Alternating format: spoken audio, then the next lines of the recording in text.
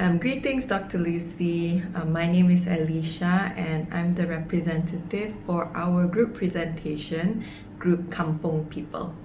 So I'll just begin then.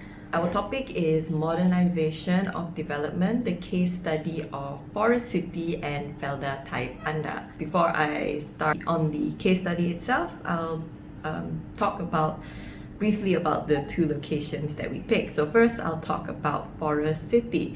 Now, Forest City is a mixed developmental plan that was aimed to create sustainable homes. It was created by a joint developmental project by Country Garden Pacific View and also Danga Esplanade Danga 88. So this developmental plan was aimed to become similar to the Shenzhen's evolution of Hong Kong, where they managed to turn that city that was, I quote, Hong Kong's backwaters into a modern metropolis.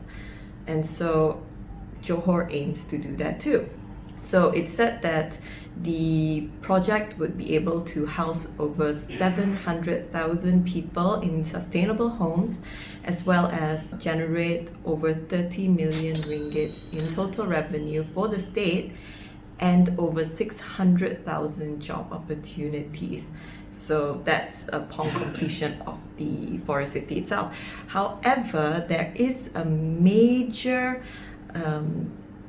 involvement of foreign investors, specifically those from China. Over 60% of the investors in the project come from mainland China, and the buyers of the home themselves are of wealthy international buyers, also mainly from China.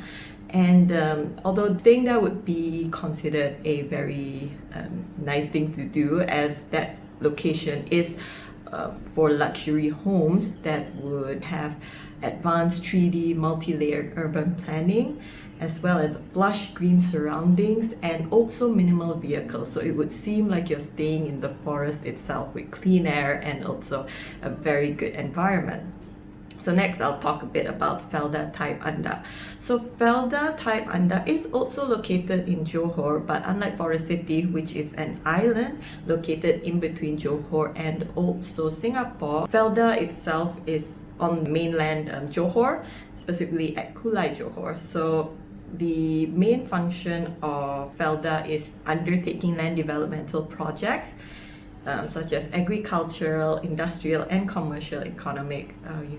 You can go, it's fine. Sorry. Felda is to undertake land developmental projects, agricultural, industrial, and also commercial socio-economy for the local communities.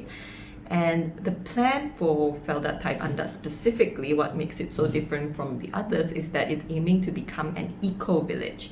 So by becoming an eco-village, meaning that they reduce the overall carbon emission that the village produces and creating a eco-friendly agricultural business that the local communities can do. So what they've come up with is a bamboo agriculture. So they have bamboo plantations all around that area of Felda. But it's also important to note that Felda Type Anda is surrounded by all palm plantations. So I'll get a bit into that later on. So our research objectives, we got 3, and the first one is to identify how the developmental project affects the livelihoods of the local community. The second research objective is to determine the merits and demerits of the developmental projects to the local community. And thirdly, to analyze the social conditions that contributed to the levels of participation from the local community. So now I'll talk about the modernization theory and why we apply it into both case studies. So in both case studies, we can see that there are modernization in both places whereby they use modern technological advances in order to improve the livelihoods of the local community itself or the local area itself. So both places include transformation from more primitive traditional ways to a more modern and industrial society or lifestyle. But this doesn't come without problems. So according to Amita Sen's in 1999, he said that development consists of the removal of various types of unfreedoms that leave people with little choice and opportunities of exercising their region agencies. And we will see this later on as we progress into the slides. So now we come to the developmental approach. So I'll start with Forest City. So Forest City, there is an obvious top-down approach because the local community were not consulted first before the project went underway. So the decision of the development actor is centralized, meaning those in charge only know what's going on. Local community involvement was very minimal or none at all.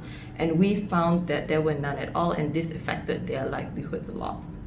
More on that later. So next is the developmental approach for Felda type Anda, where there is a bottom-up approach. Different from Forest City, Felda type Anda was in fact consulted first before the project went underway, and in fact they have a large involvement in the project itself. Participation of the local community was centralized, and also locals were consulted first and also involved in the process of the developmental approach, and it is obvious, but there are also some problems with that. And I'll get to that now with the merits and demerits for both case studies. So first is with Forest City. Merits for Forest City is that it creates job opportunity over, like as I mentioned earlier, 600,000 available jobs upon completion of the project. And it's also said that it would boost economic development as well as generate lucrative economic benefits that will benefit Johor as well as Malaysia. And it's also a good blending of urban and nature. Now the demerits of Forest City, although it is said to be a eco-developmental planning, however, it has given some problems, especially during the process of making Forest City, and it's still giving problems because the project is not done yet. So because it is an island, they've dumped sand into the water in order to expand the island itself and create a few other man-made islands surrounding it. It has given problems to the local communities because it creates water pollution. So this can be seen, of course, mainly when fishermen want to go and fish. They noticed a vast lacking in the fish population in the surrounding area, as well as how unhealthy the fishes were. And the lack of public participation has also created many problems. It consists of mostly foreign investors. Because of that, if you've noticed the job opportunities on completion of the project, they would mainly involve higher positions for the foreign, and the small jobs such as a cleaner or gardeners would be going to the local community. So that's a bit degrading, even though the area is technically Malaysia. Next, we'll talk a bit about Felda type Anda's merits and demerits. So the merits of Felda is that it improves the living quality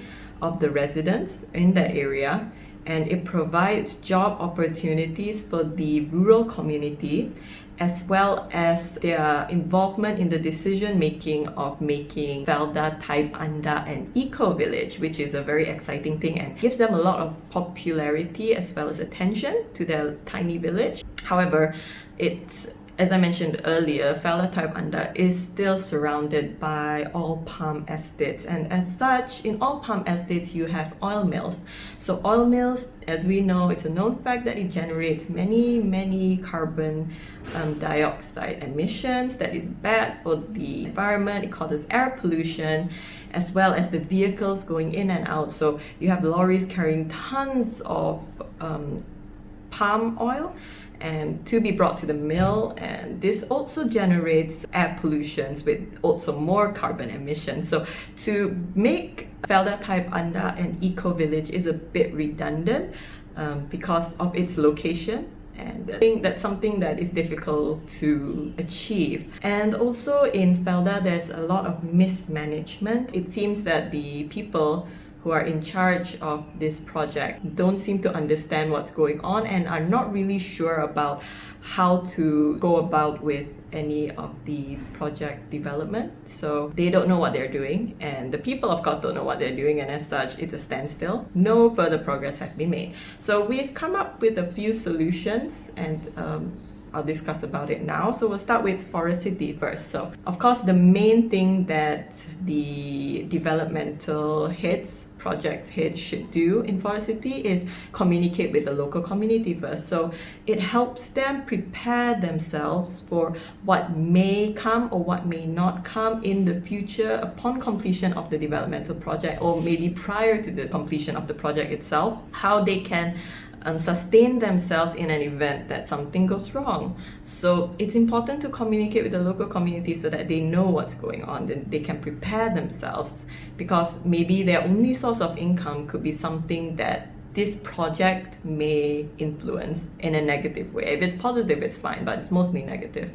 So now the DEIA, or the Detailed Environmental Impact Assessment, should be done more clearly, because it's highlighted that yes, it would become an eco-urban place lifestyle to stay in, where it would benefit the overall environment. However, during the project, or the project is still being on the way to completion, it's bringing more negative environmental impact than positive, such as air pollution. It's giving very bad water pollution. Many marine life and aquatic life is suffering from this. So the DEIA should highlight a proper environmental impact that the project generates, so that the right steps can be taken in order to overcome this issue. And also they should not focus too much on the profits that would be made, but rather with that profit comes at a price. So they need to properly highlight that price and try their very best to reduce it as much as possible, and not only look at the profits generated. And also a study should be done about the job opportunities that the local community may benefit from upon completion of the project, and not just making them have jobs that are of like becoming a cleaner or gardener, but a more professional jobs, maybe an engineer or something, that, or managers at restaurants, that that would benefit, and that would benefit our local community, rather than looking at the foreign investors' well-being. So next is the solutions for Felda type Anda. So of course, for Felda, the first thing is a better planning among those in charge. Yes, a bamboo plantation may reduce the carbon emission of the village, but bamboos itself will not be able to sustain the local community staying at the village, because not all of them may be interested in doing that. So they should come up with other ways, other form of incomes for the local communities. And also that goes to the second, which is the better source of income for the local community, as mentioned earlier. And the chairman and the management team should be replaced with individuals who are professional in the field, in order to prevent losses for Felda. And this is because, like I said earlier, it seems like they don't know what they're doing. There's no proper DEIA highlighted to the project, and also it seems that their main goal is just to bring up the name that yes, we are making an eco-village, but if you look at it, it's not really getting anywhere. So proper people who knows what they're doing should be gone into the management of the project itself. And with that, we conclude our overall project. Thank you so much, Dr. Lucy, for your time, and I hope what I've presented was enough for your understanding. Thank you.